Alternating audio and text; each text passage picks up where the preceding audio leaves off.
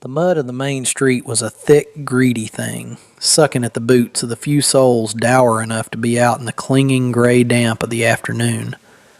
Spring had come to the territory not as a promise, but as a threat, melting the snow into a cold slurry that seeped into everything, chilling bone and spirit alike. Buildings leaned against the bruised sky, their unpainted faces streaked with the memory of a hard winter. It was a place where hope came to die quietly. Into this tableau of weary resignation walked Abel. He was a man built to the mountain he called home, broad in the shoulder and deep in the chest, with a wild tangle of dark hair and a beard that fell over the worn leather of his jerkin. He moved with a slow, deliberate economy that spoke of immense strength held in careful reserve, his eyes, the color of a stormy sky, taking in the town's familiar misery with a practiced detachment. He came down from his solitude only when necessity demanded it, for salt and flour and the brief, jarring reminder of what he had left behind. And then he saw her. She was a slash of vibrant color in a world of brown and gray, a crimson dress clinging to a slight frame. Her hands were bound with coarse rope to the town's hitching post, the one usually reserved for horses or drunks. She was Chinese, a rarity in these parts, and her face was a mask of stoic endurance, though her dark eyes scanned the faces of the onlookers with a desperate, searching light. Abel felt a familiar tug, the instinct to turn away, to retreat back into the clean, uncomplicated silence of the high peaks. The affairs of men were messy, cruel, and of no concern to him. He had his own ghosts. He had no room for anyone else's. He was about to turn toward the mercantile when her eyes found his, and in that instant the world narrowed to the space between them. Her gaze held him, not with accusation, but with a raw, terrifying plea. Her voice, when it came, was not a shout, but it cut through the damp air with the clarity of a shattered icicle. "Marry me." The words were for him alone, a missile aimed at the fortress of his solitude. The townsfolk shifted, their murmurs a low rustle of dry leaves. She pulled uselessly at her bonds, her chin lifting with a defiant pride that warred with the desperation in her voice. "I'll be yours forever." The murmurs of the townsfolk swelled into a low, scornful tide, a sound of derision that was as much a part of the town as the mud in its streets. A few men laughed outright, a harsh, barking sound that held no humor. Abel didn't move, his gaze locked on the woman tied to the post. Forever. It was a word he hadn't heard or considered in a decade, a word that belonged to a different man, a different life. It sounded foreign and impossible in the cold air. The town marshal, a portly man named Croft, with a face like a slab of uncooked dough, pushed through the small crowd. He hitched his gun belt and spat a brown stream of tobacco juice near Abel's feet, an act of casual disrespect. "That one's a thief, Abel," Croft said, his voice loud for the benefit of his audience. "Caught her taking a loaf of bread from Miller's. Got a day at the post to think on her sins." He smirked, looking the woman up and down. "Seems she's trying to trade one punishment for another." The laughter rippled again, crueler this time. Abel's silence was a heavy, physical thing. He could feel the weight of their expectations. They wanted him to join in the joke, to scoff at the absurd proposal from the foreign girl in the red dress. They wanted him to affirm their judgment, to be one of them, the mountain recluse briefly returned to the fold to share in their petty cruelties. But Abel wasn't looking at them. He was looking at the raw knuckles where her wrists were bound, the dark smudge of dirt on her cheek, and the unyielding fire in her eyes. There was no shame there, only a ferocious will to survive. She was like a cornered wolf, ready to do anything, promise anything, to escape the trap. He understood that language better than he understood the jeers of the men around him. Croft nudged him with an elbow. "Go on, tell her what you think of her offer. Put the fear of God in her." Still, Abel said nothing. He simply watched her, and she watched him back, her entire future hanging in the balance of his stillness. The air grew thick with unspoken tension, the entire town holding its breath to see what the mountain man would do. Abel's mind was a silent battlefield.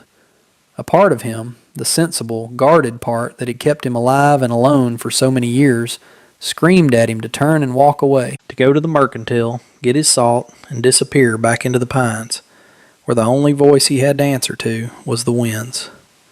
This was not his fight. This woman was a stranger, her problems as foreign to him as the silk of her dress.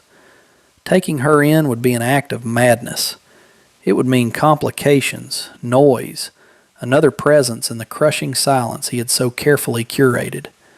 His cabin was a sanctuary of solitude, a place where the past could be kept at bay by the simple, repetitive tasks of survival. Her presence would shatter that peace, inviting the world and its troubles across his threshold. He thought of the long, empty nights, the fire burning down to embers with no one to see it but him. He thought of the sound of his own breathing as the only proof he was still alive. For years that loneliness had been a shield, a thick hide he'd grown to protect a wound that never fully healed. It was a miserable comfort, but it was a comfort he understood. He knew its shape, its weight, its bitter taste. What she offered was the unknown, vulnerability, a connection that could bind him in ways far more permanent than the ropes on her wrists. The townspeople's expectant faces blurred at the edge of his vision. Their judgment was a tangible thing, a pressure against his skin. They saw a spectacle, a bit of grim entertainment to break the monotony of a damp afternoon. They did not see the desperation of a starving woman or the profound weariness in a lonely man's soul. He looked at her again. He saw the tremor in her hands, the slight, almost imperceptible quiver of her lip that betrayed the iron control of her expression. She was not just a thief, she was a survivor. And in her desperate plea, he heard an echo of his own unspoken yearning, a cry against the vast, indifferent emptiness that had consumed his life. To walk away would be to reaffirm that emptiness, to surrender to it completely. To accept would be to gamble what little peace he had on the slimmest chance of finding something more. With a slowness that seemed to draw all sound from the street, Abel reached for the hilt of the large hunting knife sheathed at his belt. The crowd drew a collective, sharp breath. Croft's hand instinctively went to his own sidearm, his eyes narrowing with suspicion. But Abel's movements were not threatening. They were deliberate, final. He ignored the marshal, his gaze fixed on the woman. He pulled the heavy blade free, its polished steel gleaming dully in the gray light. He took a step forward, the mud squelching under his heavy boots. He stopped in front of Miller, the baker, a thin man wringing his hands at the edge of the crowd. Abel's voice, when it came, was a low rumble, rough from disuse. "How much for the bread she took?" Miller stammered, taken aback. 5 cents, Abel." Without looking away from the baker, Abel reached into a small pouch on his belt and tossed a silver dime into the mud at the man's feet. "That's for the bread, and for your trouble." He then turned his back on the crowd and walked the final few feet to the post. He raised the knife, and with 2 swift, clean cuts, severed the ropes binding the woman's wrists. The fibers parted with a soft hiss, and her hands fell limply to her sides. She stumbled forward, saved from falling only by the post itself. She looked down at her freed hands, then up at the giant of a man who stood over her. His face was unreadable, a landscape of beard and hard lines carved by weather and solitude. He sheathed his knife and looked down at her, the height difference between them immense. The entire town was watching, silent and stunned. "You said forever," Abel said, his voice low and devoid of any emotion she could decipher. "That's a long time." She met his gaze, her own dark eyes reflecting the overcast sky. She did not look away. She simply nodded once, a small, sharp movement of her head. It was a vow, a contract sealed in a moment of public shame and private desperation. He extended a large, calloused hand. After a moment's hesitation, she placed her small, trembling one in his. He curled his fingers around hers and gently pulled her upright, away from the post of her humiliation. His touch was firm, steady, and in that simple contact she was no longer a public spectacle. She was his. The journey away from the town was a silent one. Abel led the way, his long strides eating up the muddy track that wound its way from the settlement into the foothills. He did not look back to see the stunned faces of the townspeople, nor did he look at the woman trailing in his wake. He simply walked, his focus on the familiar path that would take him back to his world of stone and pine. Maylin followed, her thin-soled slippers ill-suited for the sucking mud and sharp rocks. The crimson silk of her dress was soon spattered and torn at the hem, a flag of surrender to the wilderness. She struggled to keep pace with his relentless stride, her breath coming in short, sharp gasps, the cold air burning her lungs. For the first mile, he seemed oblivious to her struggle, a man lost in his own thoughts. But then, without turning, his pace slowed just enough for her to catch her breath, a small, unspoken concession. The higher they climbed, the more the world of men fell away, replaced by the hushed cathedral of the forest. The air grew cleaner, sharper, scented with damp earth and pine needles. The only sounds were the squelch of their footsteps and the mournful sigh of the wind through the high branches. After what felt like an eternity, the trees parted to reveal a small cabin tucked into a granite bluff. It was a simple, sturdy structure, built of heavy logs chinked with mud, a thin curl of smoke rising from its stone chimney. It looked less like a home and more like a fortress against the vast, lonely wilderness that surrounded it. Abel pushed the heavy door open and stepped inside, leaving her to follow. The interior was dark and smelled of wood smoke, leather, and something else, the clean, sharp scent of solitude itself. It was a single room, meticulously tidy but stark. A stone hearth dominated one wall, a bedroll lay in a corner, and a rough-hewn table with a single chair stood in the center. It was a space built for one person, its every detail screaming of a life lived in absolute isolation. He gestured towards the fire. "Warm yourself." Then he turned away, busying himself with stoking the embers, adding a fresh log. The silence in the cabin was heavier, more profound than the silence on the trail. It was an active presence, filled with the thousand things they were not saying. He gave her a thick wool blanket from a wooden chest. "You can sleep there," he said, nodding toward the floor on the opposite side of the hearth. The fire was the only thing between them, a flickering barrier in the vast, uncertain space of their new life. Days bled into one another, marked only by the shifting gray light outside the cabin's single window. A silent routine began to weave itself around them. Abel would rise before dawn, his movements quiet and efficient as he prepared for the day's hunt or trapping. He would leave without a word and return in the evening, often with game slung over his shoulder, his face etched with the cold and the silence of the mountains. Maylin, in turn, learned the rhythms of the small cabin. She swept the rough plank floor with a handmade broom, kept the fire fed, and attempted to cook with the limited provisions he had. Her first attempts at making bread with his coarse flour were dense, heavy failures, but she persisted, her quiet determination a force of its own. They moved around each other like ghosts, their lives overlapping in the small space, but never truly touching. The silence remained their constant companion, a third presence at their meager meals.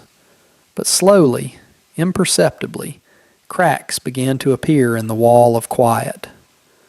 One afternoon, while mending a tear in one of his heavy shirts with thread she had painstakingly unraveled from the hem of her own ruined dress, he returned early. He stood in the doorway for a long moment, watching her small, nimble fingers work the needle. He said nothing, but he left a handful of dried berries on the table before retreating outside to chop wood. It was not a gift, but an offering. A few nights later, as the fire crackled and spat, casting dancing shadows on the log walls, she began to hum. It was a soft, mournful melody that seemed to hold all the sorrow of a distant land and a lost life. Abel, who was sharpening his knife by the hearth, stilled his hands. The sound was alien in the profound quiet he had cultivated for so long, Yet it was not an intrusion. It was like water seeping into dry ground, filling a space he hadn't even realized was empty. He listened until the last note faded into the crackle of the fire. His voice was rough when he finally spoke, breaking the spell. "What is your name?" She looked up, her eyes wide in the firelight. "Mei Lin." He held her gaze for a beat longer than he ever had before. "Abel," he said. The exchange of names was a fragile bridge built across the chasm of their silence, a first tentative step towards something other than a grim arrangement for survival. The gloomy spring, which had lingered like an unwanted guest, finally unleashed its parting fury. The temperature plummeted, and what began as a cold rain turned to sleet, then to a thick, driving snow. A late blizzard descended from the high peaks, a white monster that swallowed the world and imprisoned them in the cabin. The wind shrieked around the eaves, a relentless, keening sound that worked its way through the chinks in the logs and into their bones. For 2 days they were trapped, the world outside a churning vortex of white. On the 3rd day, the wind died down, but the cold deepened, and Abel awoke with a fire in his chest and ice in his limbs. A fever took hold of him, a vicious, consuming heat that left him shivering violently beneath a pile of furs.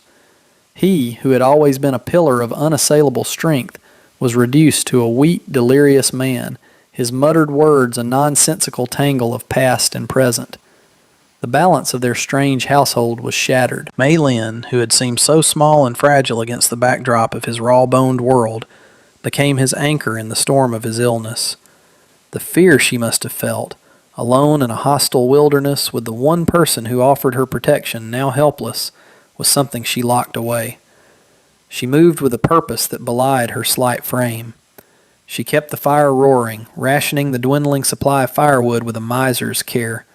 She melted snow in a pot over the flames, forcing him to drink the lukewarm water when his lips cracked and his throat was too raw to swallow.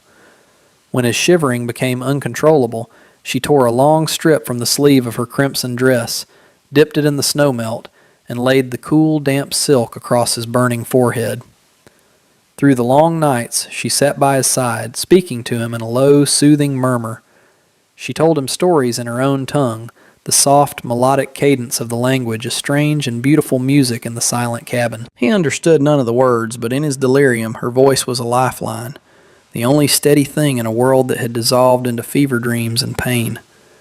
He was a mountain of a man, but it was her small, persistent strength that kept the spark of his life from being extinguished by the crushing cold. The blizzard finally broke, leaving behind a world of pristine, deathly white. The sun, when it returned, was a weak, pale disk in a washed-out sky. Inside the cabin, the crisis had passed. Abel's fever was gone, leaving him weak and hollowed out, but alive. He lay on his bedroll, watching Mei Lin as she moved about the small room. He saw her not as a burden or a stranger, but as the reason he was still breathing. Their supplies were nearly gone. The salted meat was down to its last few strips, the flour sack was depressingly light, and the firewood was a pitifully small pile in the corner. A trip to town was not a choice, it was a necessity. The journey down the mountain was slow and arduous. The deep snowdrifts made every step a struggle. Abel, still weak, leaned heavily on a walking staff he had fashioned, and more than once Mei Lin had to steady him, her small frame a surprising buttress against his weight. When they finally emerged from the tree line and saw the town below, it was as if they were returning from a different world. They walked down the main street together, and the effect was immediate. People stopped and stared. The whispers followed them like a wake. But the tone had changed. The scorn and mockery were gone, replaced by a grudging, astonished curiosity. They saw Abel, gaunt and pale beneath his beard, a shadow of the formidable man who had left weeks ago. And they saw the Chinese girl, no longer in her conspicuous red dress, but wrapped in one of Abel's old blankets, her face thin, but her expression resolute. She was not walking behind him, but beside him. They were a unit, bound together by a hardship the townspeople could only guess at. At the mercantile, Croft the marshal stood on the porch, watching their approach. He looked from Abel's weakened state to Mei Lin's steady presence at his side, and for the first time a flicker of something like respect crossed his features. He didn't speak, but he gave a short, almost imperceptible nod. It was an acknowledgment. Inside, Abel bought flour, salt, and beans. Then he paused, and in a move that silenced the store's other occupants, he bought a bolt of thick gray wool fabric and a spool of dark thread. He placed it on the counter without a word, a public declaration more powerful than any speech. He was providing for her. She was his to protect. Back in the cabin, the warmth of a newly fed fire pushed back the lingering chill of their journey. The space felt different now, charged with a new and unfamiliar intimacy. The wool fabric Abel had bought lay on the table, a bolt of unspoken promise. The grueling trip, the shared struggle against the blizzard, and the silent acknowledgment from the town had stripped away the last vestiges of their arrangement's transactional nature.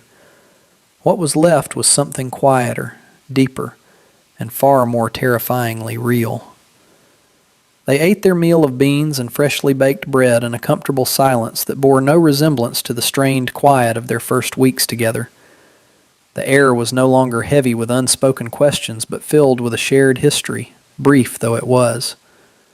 Later, as Mei Lin sat by the hearth, examining the new fabric, Abel watched her from his seat across the fire. The flickering light softened the hard lines of his face and caught the deep, thoughtful expression in her eyes. He thought of the long days of his fever, the hazy memories of her cool hand on his forehead, the constant, gentle murmur of her voice pulling him back from the edge. She had fought for his life with a quiet ferocity he had never witnessed.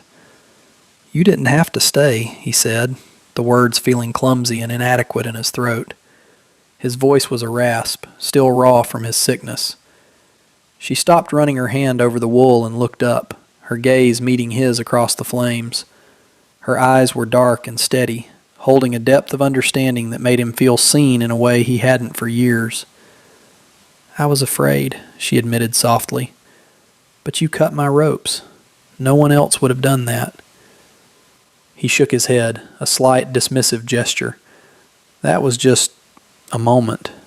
In the storm, when I was sick, you could have left, taken what you needed and gone. No one would have blamed you." Her expression didn't change. She held his gaze, her own unwavering. "I said forever," she whispered, the words hanging in the warm air between them. "Forever is through the storm." The simple finality of her statement struck him with the force of a physical blow. It was not a promise born of desperation anymore, but a declaration of fact. Slowly, as if moving through deep water, he reached across the small space that separated them. He laid his large, scarred hand over hers where it rested on the wool. Her fingers were small and fine-boned beneath his, but they did not flinch. They lay still, accepting his touch. In that quiet, profound contact, the fortress he had built around his heart for a decade finally crumbled to dust. The last of the snow melted away, and the mountainside erupted in a riot of green. The grim, reluctant spring had finally surrendered to the earnest warmth of summer. The air, which had been sharp with cold, was now soft and filled with the scent of damp earth, new leaves, and the distant perfume of wildflowers. Life, tenacious and vibrant, returned to the high country, and inside the cabin a similar transformation had taken place. The Spartan shelter that had been a refuge for Abel's loneliness was now, unequivocally, a home. The rhythms of their life were quiet and domestic, a gentle cadence of shared tasks and comfortable silences. Abel would spend his days checking his trap lines or fishing in the cold mountain streams, but he no longer moved with the solitary focus of a man alone. His thoughts were often of the cabin, of the thin curl of smoke rising from the chimney, a beacon guiding him back. Mei Lin had brought a subtle order and warmth to the space. His single chair was now joined by a stool he had fashioned for her. The gray wool fabric had been transformed into a simple, practical dress that she wore with a quiet dignity. The smell of baking bread was often in the air, a scent so deeply tied to the idea of home that it sometimes made Abel's chest ache with a feeling he couldn't name. One bright afternoon, he sat on the cabin's small porch, repairing the handle of an axe, the rhythmic scrape of his file a peaceful sound in the quiet air. He could hear Maylin inside, humming the same soft, haunting melody she had hummed on one of their first nights together. But the tune was no longer mournful. It was now imbued with a gentle contentment. He paused in his work, listening. He had spent years believing that what he wanted was silence, an absence of the world. He had been wrong. What he had craved was not silence, but peace. Maylin emerged from the cabin, wiping her flour-dusted hands on an apron she had made from a spare piece of canvas. She came and stood beside him, looking out at the vast expanse of forested valleys below them. The view that had once been a symbol of his isolation was now something they shared. "The world is very big from here," she said quietly. He stopped his filing and looked up at her, at the way the sunlight caught in her dark hair. "It's big enough," he replied, his voice soft. She looked down at him and smiled. It was not the guarded, uncertain expression of her first weeks there, but a genuine, radiant smile that reached her eyes. It was a smile of belonging. He returned it, a slow spreading of warmth across his own weathered face. The great, lonely mountain man and the desperate girl in the red dress were gone. In their place were just Abel and Maylin. And in the quiet peace of their shared world, forever had already begun.